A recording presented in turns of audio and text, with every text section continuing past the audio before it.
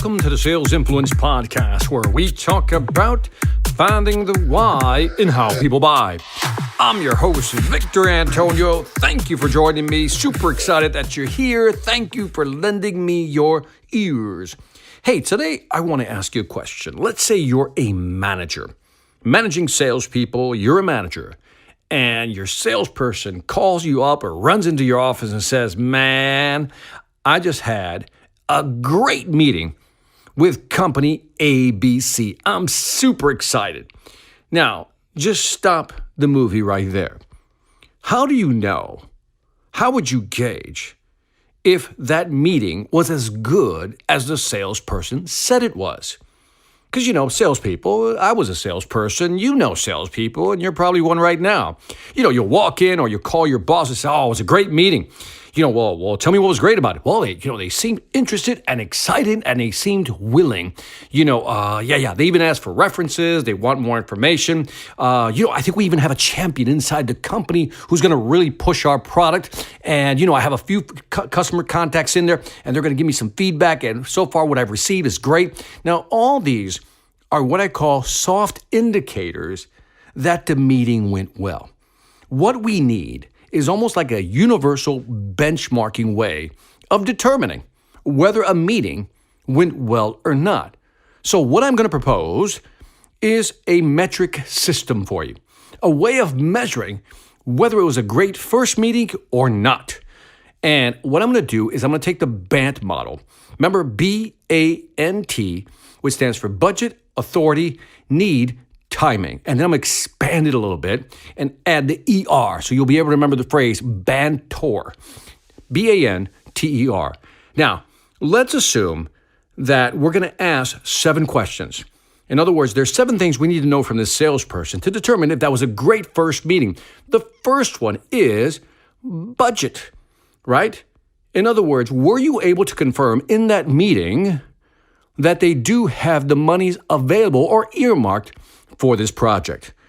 If the answer is a solid yes, you give it a 1. If it's not a solid yes, that's a 0. You then go to step number 2. A, authority. Were the decision makers in that room during that first meeting? Were all the key decision makers in that room during that meeting? If the answer is yes, you give that a 1. If the answer is not everybody, well, then you give it a 0. Okay, then you move to the N. Is there a need? Based on what questions you asked and the products we offer, was there a clear need for our product? The answer is yes, you give it a 1. The answer is no, you give it a 0. Then you move to the T, which is timing. When are they going to have this done by? In other words, when are they going to pull the trigger on this project? Did you get a time frame? Did you get a time frame? If the answer is yes, you give that a 1. If it's no, you give that a 0. Then you move to the E, right? When you were talking to this group of people, were they excited? Big question is, were they engaged? How do you measure engagement? Were they asking a lot of questions? Was there high engagement, or were they just receiving information? Now, this is going to be a subjective judgment call on the salesperson's part. Because lots of questions, well, what is a lot of questions? 2 questions, 3 questions? You'll have to take the salesperson's guide on this. In other words, you'll have to go by what they say. And you ask the salesperson, were they engaged? Were there a lot of questions being asked? And then you may even, dive deeper into this, like what type of questions were being asked. That'll give you an idea or a hint as to the level of engagement. So if there was a lot of engagement, salesperson said there were a lot of questions, here are a few of the questions. Great questions, give it a 1. Not a lot of questions, not a lot of great questions, give that a 0. Last but not least, R, was there a request? Was there a request for a proposal? Was there a request for a demo? Was there a request for a field trial? Was there a request for a second meeting? In other words, did this company initiate some type of commitment to advancing the sale to the next step? If the answer is yes, great. If it's no, that's a 0. If it is yes, it's a 1. Now think about it. This is an interesting way. If it was a great meeting, then you should have a perfect 7, right? Or 6 rather. You should have a perfect 6. BANTER. So it should be a 6 out of 6. So when your salesperson calls you up and says, we had a great meeting, then in your mind, you're going to go through the BANTER, BANTER, right? Just go through it. BANTER. Did they have the budget? Were the authority? Were the decision makers in the room? Did we clearly establish that they do need the product? What's the time frame? Do we know what that is? Were they engaged? And was there a request for a proposal, demo, meeting, field trial, whatever it is to move the sale to the next level or advance the sale? This is your scorecard. Now, if you're a manager, I want you to kind of think about this and ask yourself, how would you apply it next time you're talking to one of your salespeople? Because typically when we're doing a pipeline review, we're going through the pipeline, we're seeing what deals are in the pipeline, and we usually ask the salesperson, well, where's this deal at? And says, well, we met with them last week. It was a great meeting.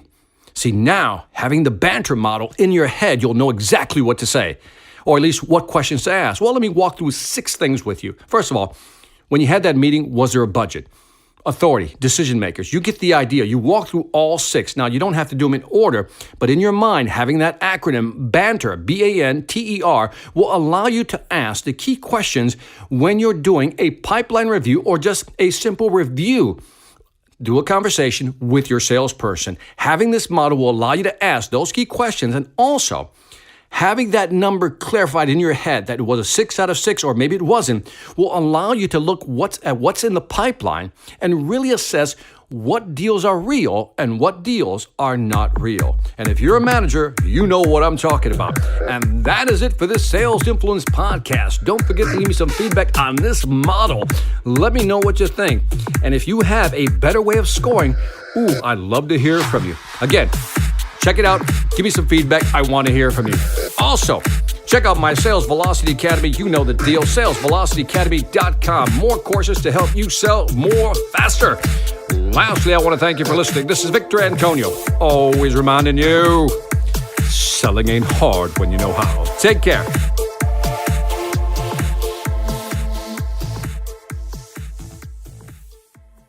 Hi, I'm Victor Antonio. I'm an author, sales trainer, and keynote speaker. I'm often asked, what makes a great speaker?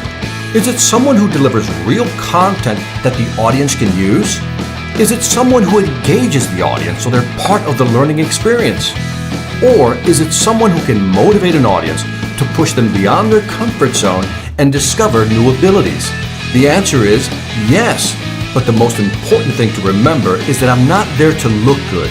I'm there to make my client look good. Simply put, it's never about me, and it's always about them.